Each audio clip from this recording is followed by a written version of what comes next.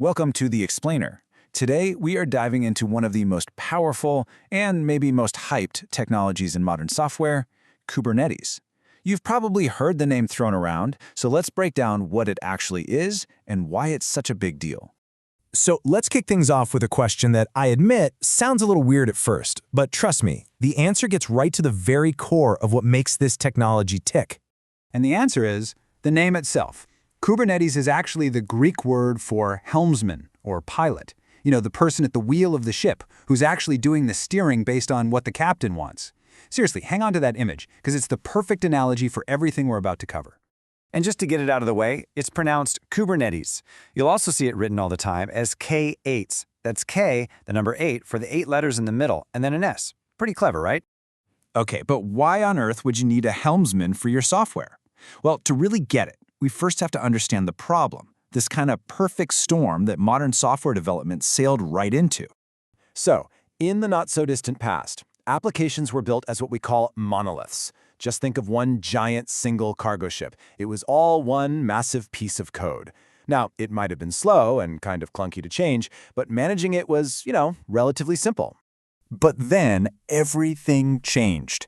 Today, we build things using microservices. So instead of that one big ship, we now have a fleet of hundreds of tiny, fast, independent little boats. And while this is amazing for flexibility, you can probably guess what it also creates: total and utter chaos.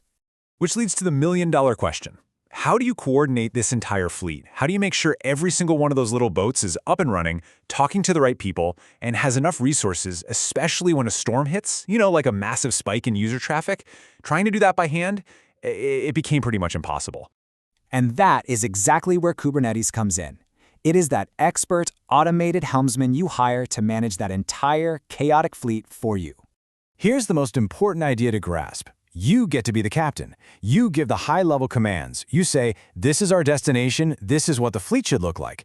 And then Kubernetes handles the thousands of tiny real-time steering adjustments needed to get you there and keep you on course. And what's really cool is you don't tell Kubernetes how to do everything. No micromanaging. Instead, you just give it a blueprint, a description of what you want the running system to look like. This is called the desired state. You just declare your intent. And from that point on, Kubernetes works 24/7 to make the current state of your fleet match that blueprint. If one of your little boats sinks, bam, it launches a new one. If you change the design, it automatically figures out the most efficient way to get there, launching some boats, decommissioning others, all without you lifting a finger. This gives us one of its biggest superpowers. Kubernetes creates an abstraction layer. Basically, it hides all the messy, complicated details of the individual servers, the water in our analogy, from your developers. This means they can just focus on building great applications, not worrying about which specific computer they're going to run on. Okay, so this automated helmsman sounds pretty magical, right? But how does it actually work? Let's pop the hood for a second and take a quick look at the ship's architecture. So a Kubernetes cluster is really just a group of computers working together, and it's split into two main parts. First, you have the control plane. That's the brain of the whole operation. Think of it as the ship's bridge. And then you have the worker nodes. That's the deck of the ship where all the cargo, your applications, actually runs.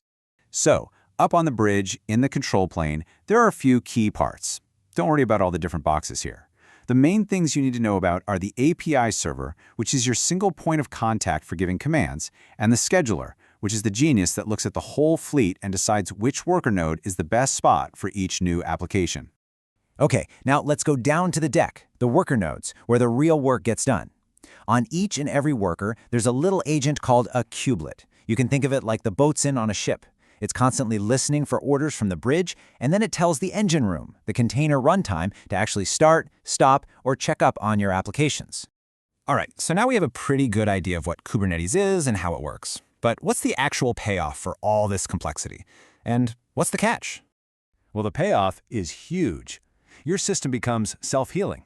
If an app crashes, Kubernetes just restarts it. No 3 a.m. wake-up calls. It also has smart scaling, so it can automatically handle huge traffic spikes, like on Black Friday, and then scale back down to save money. It packs your apps onto servers really efficiently, which directly lowers your cloud bill. And you get portability, which means you can run the exact same setup on your laptop as you do in any major cloud. No vendor lock-in. With all of that, it seems like a total no-brainer, right? Everyone should be using this. Well, not so fast. It's an incredibly powerful tool for sure, but it is not the right tool for every single job. And here it is, the catch. Kubernetes is incredibly complex. The system you're using to manage your complex applications is itself a really complex system to run. If you only have a few small boats in your fleet, bringing in this whole massive automated system can honestly be way more trouble than it's worth. It's total overkill. And that brings us to a super important distinction people often miss. There is a world of difference between using Kubernetes and managing it. Managing it is hard. That's why most companies don't build their own from scratch. They use managed services from cloud providers like Google, Amazon, or Microsoft, who handle all the really difficult, complex management stuff for you. So ultimately, the decision really boils down to this. Is the immense power of having an automated helmsman worth the investment in the expert crew you're going to need just to maintain the ship itself? That's the trade-off every single team has to consider.